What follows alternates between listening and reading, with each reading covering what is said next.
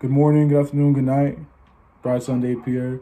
Today I want to talk about why identity is so vague, or why identity is so complicated. Like, why I don't believe in this so much in the whole like myself type thing, right? Okay, I'll get into it. I believe that yourself and your identity, it's made of the things that have been / that you decide to make you, and those things are the repetitive things that you do and say, maybe / feel, that go with the values and qualities and philosophies that you believe and that you kind of pour into, right? And that the best of you are the best of qualities, actions, and mindsets and habits and reasonings and feelings or whatnot that give you the best results in life, in your experience, in your world.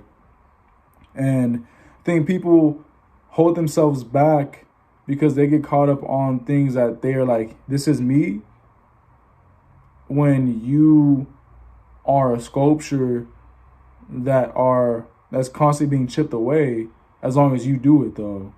Because you can keep something to say, oh, this is you. And then it's like, well, what is that? How much is that serving you objectively?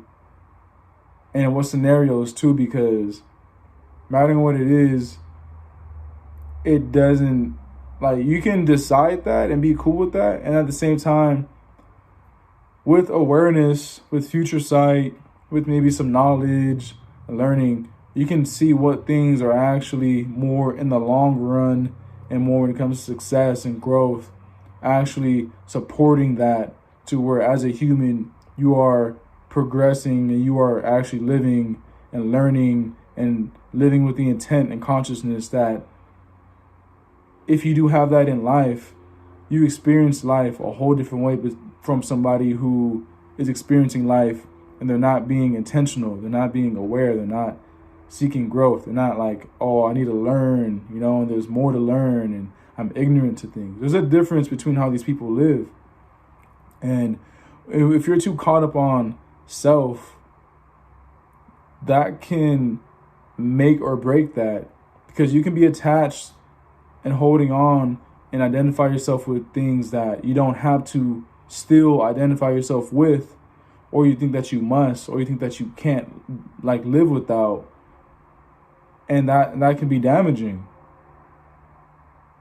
And there's parts that are like, okay, for example, if you're like, and this is kind of vague, but let's say if you're like, no, like helping people, that is me. That is like part of me that I will never remove, I will never let go of, I will never stop. Then there's, okay, what does it mean to help people? What does that mean for the world? What does that mean for you? What does that look like? How does that work? How does that, input give the output, right? And okay, you helping people, being a person that is able to or willing to, gives a positive input to where you show people that you care about them and you're selfless. There's generosity. You're able to, there's maybe some sort of empathy and sympathy within there. These good things that, like, okay, here goes this one example of something that I think would be less arguable to remove, or, oh, why do you identify yourself with that, right? But there's also a point within that to where it's like, you got to also keep that within the point to where you're not diminishing yourself too much. Because let's say if you're like, oh, I'm a person that helps people. Cool. And let's say you help people to a point where now you're pouring out of an empty cup, and you're still like, no, but like, I help people though. I want to help people as me. Then you can get so even caught up within that now it's damaging you, instead of it simply being kept as something that was best serving you and best something that could function and coexist with your life and how it affects others. And when it comes to identity, giving that audit from time to time of what are these things that you do, because you are repetitively what you do. That's the reason why a bad person is a person that repetitively does bad things. Of course, bad is subjective, but there's some sort of marker or there's something going on for someone to even be called a good person or a bad person. But that all goes in line with you doing things enough for that to be the case, along with what values and mindsets and things that fall behind that for you to do that in the first place, or change that or do more.